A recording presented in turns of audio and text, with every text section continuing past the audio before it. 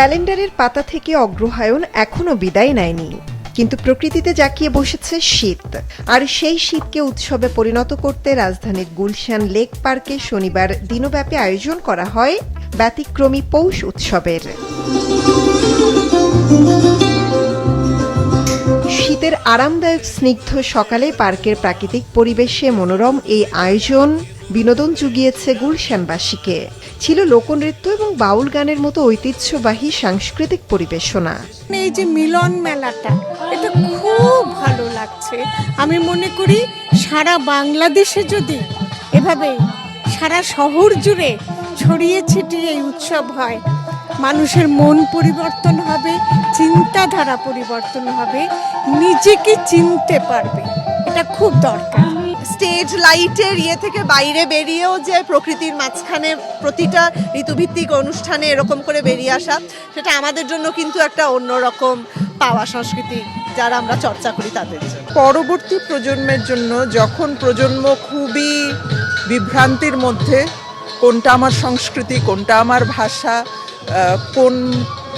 কোন গান আমি শুনবো, কোন নাচ আমি দেখব, কোনটা আসলেই আমার, সেই জায়গায় এই fashion design council of Bangladesh আর গুলশান সোসাইটি আমাদের ছেলে মেয়েদের সামনে স্পষ্টভাবে তুলে ধরছে এই আমার সংস্কৃতি, এই আমার ভাষা, এই আমার গান, এই আমার নাচ, এই আমার কবিতা, এই আমার পরিচয়। এছাড়াও ছিল ঐতিহ্যবাহী বিভিন্ন লোকজ কারুশিল্পের প্রদর্শনী ও বিক্রয় কেন্দ্র। সেই সাথে শীতের পিঠাপুলির স্বাদ নিতে গুলশান সোসাইটির এই পার্কটিতে ভিড় জমায় রাজধানীবাসী।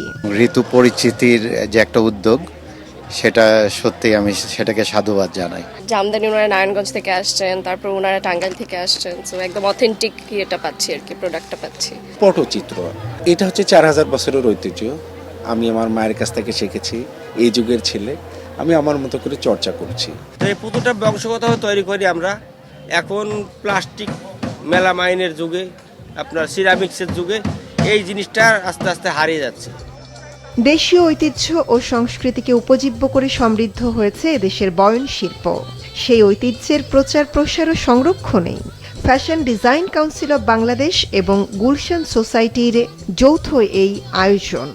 ফ্যাশন ডিজাইন কাউন্সিল অফ বাংলাদেশের দীর্ঘদিন ধরে আমরা খাদি, আমাদের বয়ন শিল্প, আমাদের যে মৃৎশিল্প আছে সেখানকার নকশা, আমাদের দারুশিল্প আছে সেখানকার নকশা, এগুলোকে নিয়ে কিন্তু আমাদের কালেকশনগুলো আমরা ডেভেলপ করে থাকি, যাতে আমাদের কালেকশনের মধ্যে একটা দেশীয় আমেজ থাকে। হ্যাঁ, দেশটাকে আমরা খুব ভালোবাসি এবং দেশের আমাদের যে কৃষ্টিগুলো আছে সেগুলোকে আমরা তুলে ধরতে চাই।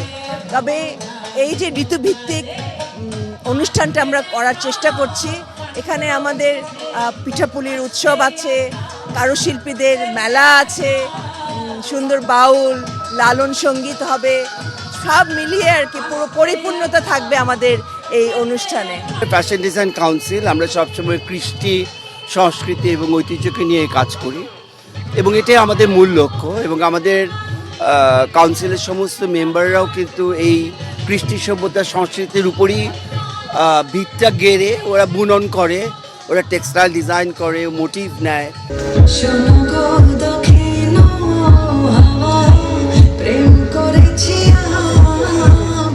মিউচুয়াল ট্রাস্ট ব্যাংকের সৌজন্যে রাঁধুনির সহযোগিতায় আয়োজিত এই পৌষ উৎসবের সবচেয়ে আকর্ষণীয় পর্ব ছিল ফ্যাশন শো। দেশীয় ডিজাইনারদের নকশা করা শাড়ি পরে এতে অংশ নেন মডেলরা। মৌমিতা জান্নাত, মাছরাঙা সংবাদ, ঢাকা।